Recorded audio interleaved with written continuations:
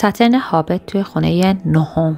ساترن توی برج حمل هابته و وقتی که توی چارت توی خونه نهم قرار میگیره برج لئو در لاگنا طلوع میکنه.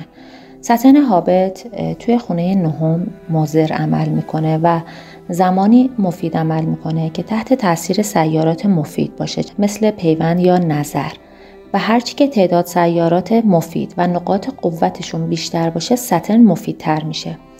از اونجایی که ساترن به خاطر حبوطش ضعیفه، برای سیارات مفید خیلی راحته که به ساترن اضافه کنن و اگه تحت تاثیر یک یا چند تا سیاره مفید توی خونه نهم قرار بگیره به طور قابل توجهی به مفید تبدیل میشه.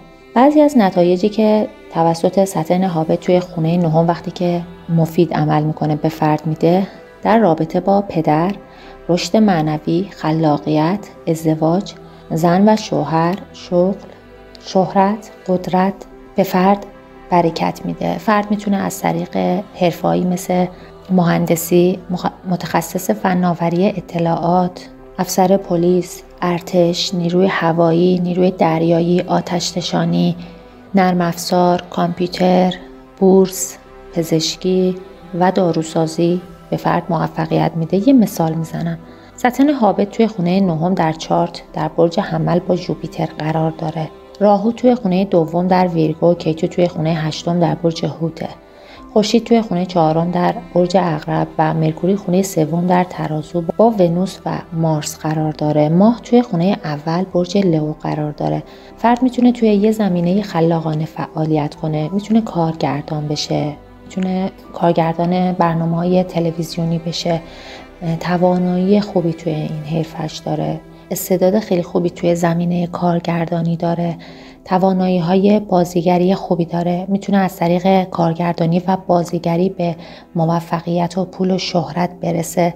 فرد میتونه توی فیلم‌هایی با ژانرهای علمی تخیلی و ماجرای فانتزی استعداد داشته باشه، میتونه به یک کارگردان فیلم‌های پرفروش تبدیل بشه و به شهرت برسه. به خاطر فیلماش میتونه جایزه دریافت کنه. این فرد با همسری ازدواج میکنه که توی زمینه خلاقانه سر و کار داره و از یه ازدواج خوب میتونه لذت ببره. یه مثال دیگه میزنم. ساترن هابت توی خونه نهم در برج حمل با ژوپیتر، ونوس توی خونه اول در لئو، خورشید هابت توی خونه سوم در ترازو با مرکوری، راهو توی خونه دوم در ویرگو و کیتو توی خونه هشتم در برج هوت قرار داره. مارس توی خونه دوم در ویرگو با راهو و ماه شرف توی خونه دهم در تاروس قرار داره. خورشید و مرکوری بودادیتیا یوگا رو توی خونه سوم تشکیل میدن. فرد میتونه وارد عرصه رسانه بشه، میتونه روزنامه نگار بشه، میتونه به طور تخصصی توی حوزه سیاسی به یه روزنامه نگار تحقیقی موفق تبدیل بشه که چند تا رسوایی سیاسی رو افشا کنه و از طریقش به شهرت و شناخت خوبی دست پیدا کنه. میتونه کتابایی بنویسه که بر اساس زندگی واقعی نوشته شده و حتی میتونه در مورد رسوایی‌های سیاسی یا توطئه‌ها کتاب بنویسه و به خاطرش جوایز خیلی زیادی رو دریافت کنه. فرد میتونه با همسری ازدواج کنه که زندگی خوبی باش داشته باشه. از طرف دیگه ساترن هابت توی خونه نهم گفتیم که مضر عمل میکنه و میتونه مشکلاتی رو مربوط به پدر، رشد معنوی، ازدواج، زن و شوهر و شهرت و امور مالی فرد دچار مشکل کنه. این ساترن هابت میتونه فرد رو با تأخیر توی ازدواج، اختلالات بعد از ازدواج یا حتی ازدواج ناموفق دچار مشکل کنه. فرد میتونه در رابطه با پدرش دچار مشکل باشه. یه مثال میزنم. ساترن هابت توی خونه نهم در برج حمل با راهو قرار داره. کیتو توی خونه سوم در ترازو با مارس، ونوس توی خونه پنجم در کماندار با ژوپیتر و خورشید و مرکوری توی خونه ششم در برج کپریکورن و ماه توی خونه نهم در برج حمل با ساترن و راهو قرار داره.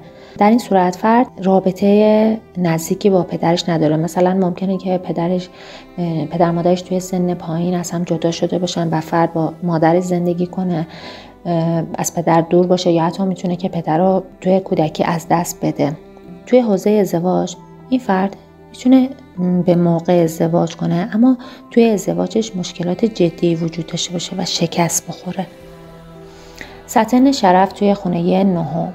ساترن توی برج ترازو در شرفه و وقتی که برج ترازو در خونه نهم قرار میگیره، برج دلو در لاگنا طلوع میکنه. ساترن حاکم خونه 1 و 12 و اینجا هم مضر عمل میکنه هم مفید. اگه تحت تاثیرات سیارات بنفیک باشه مفید عمل میکنه و اگه تحت تاثیر سیارات مضر باشه مضر عمل میکنه. وقتی که ساترن شرف از نظر طبیعت مفید عمل میکنه، نتایج خوبی در رابطه با سلامتی، طول عمر، پدر، خلاقیت، رشد معنوی، امور مالی، شهرت به فرد برکت میده. این ساترن شرف انواع مختلفی از مزایای مربوط به طول عمر و پدر رو برای فرد بر مقام میاره. این ساترن شرف میتونه کار سخت، صبوری، مهارت‌های مدیریتی رو به فرد بده. فرد میتونه از طریق طیف گسترده‌ای از مشاغل به موفقیت برسه و سلامتی و طول عمر خوبی داره. در رابطه با پدر این فرد میتونه ثروتمند باشه، مشهور باشه، افسر دولت باشه یا یه سیاستمدار قدرتمند باشه و فرد به خاطر موقعیت پدرش مزایای زیادی رو دریافت کنه. این ساترن شرف خلاقیت یا رشد معنوی رو برای فرد برمقام میاره. توی حوزه حرفه فرد میتونه به عنوان یه محقق، تحلیلگر، ستاره شناس، معلم، واعظ، مشاور به موفقیت برسه. یه مثال میزنم. ساترن شرف توی خونه نهم در ترازو، خورشید توی خونه هفتم در لئو با ونوس، جوپیتر توی خونه پنجم در جوزا با کیتو، راهو توی خونه 11 در کماندار، مرکوری توی خونه 6 در کنسر و ماه توی خونه 8 در ویرگو قرار داره و مارس توی خونه 11 در کماندار با راهو. فرد میتونه شرکتی رو راه اندازی کنه که پورتفولیوی مشتریاشو برای سرمایه گذاری های مالی توی بازارهای سهام مدیریت کنه و به نتایج خیلی خوبی برسه. کسب و کارش رو میتونه رشد و گسترش بده و میتونه صاحب یه شرکت سرمایه گذاری موفق بشه. یه مثال میزنم. ساترن شرف توی خونه نهم در ترازو با مارس قرار داره، ونوس توی کماندار در خونه 11، راهو توی خونه 6 در کنسر، کیتو توی خونه 12 در کپریکورن و خورشید توی خونه 10 در عقرب با مرکوری و ماه هابت و جوپیتر توی خونه 11 در کماندار با ونوس قرار داره. این فرد میتونه توی صنعت خرده فروشی مشغول به فعالیت بشه. مثلا میتونه یه سوپرمارکت بزنه، میتونه توی حوزه پوشاک یا لوازم خانگی یا مواد غذایی فعالیت کنه. کسب و کارش رو میتونه گسترش بده و اگه سوپرمارکت داشته باشه میتونه فردی بشه که صاحب فروشگاهی زنجیره‌ایه و توی شهرهای مختلف شعبه داره. یه مثال دیگه میزنم. ساترن شرف توی خونه نهم در ترازو با ماه و ونوس قرار داره، مرکوری توی خونه 10 در برج عقرب، جوپیتر توی خونه 11 در کماندار، مارس توی خونه اول در دلو، راهو توی خونه 6 در کنسر و کیتو توی خونه 12 در کپریکورن قرار داره و خورشید توی خونه 10 با مرکوری در برج عقرب قرار داره. این فرد میتونه وکیل بشه و میتونه به عنوان یه قاضی ارتقای شغلی پیدا کنه. یه مثال دیگه میزنم توی حوزه هنر و خلاقیت. ساترن شرف توی خونه نهم در ترازو، جوپیتر توی خونه 5 در جوزا با مارس، خورشید توی خونه اول با مرکوری در دلو، راهو توی خونه 2 در حوت، کیتو توی خونه 8 در ویرگو، ونوس توی خونه 11 در کماندار.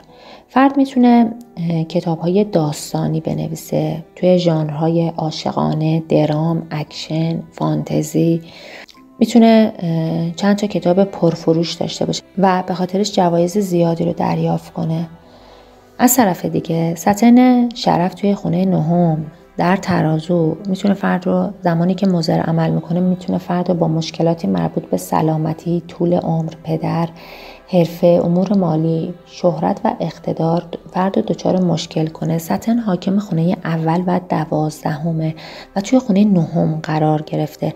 اگه این ساترن شرف تحت تاثیر سیارات مضر باشه، فرد میتونه شاهد انواع مشکلات مربوط به پدر یا حتی سلامتیش بشه.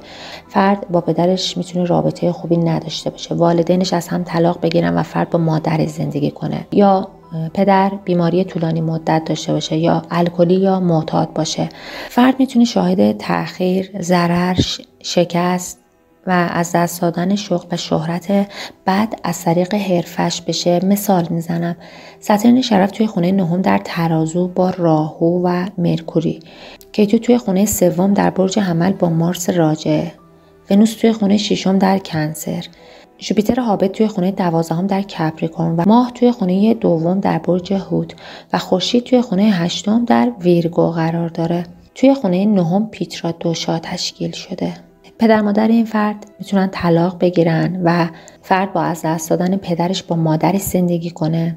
میتونه برای دوره‌های بیشتر از 3 ماه و بارها در طول زندگیش بیکار بمونه. فقط بعضی وقتا فرد میتونه درآمد خوبی داشته باشه و توی حوزه ازدواج اول فرد میتونه دچار مشکل بشه و شکست بخوره.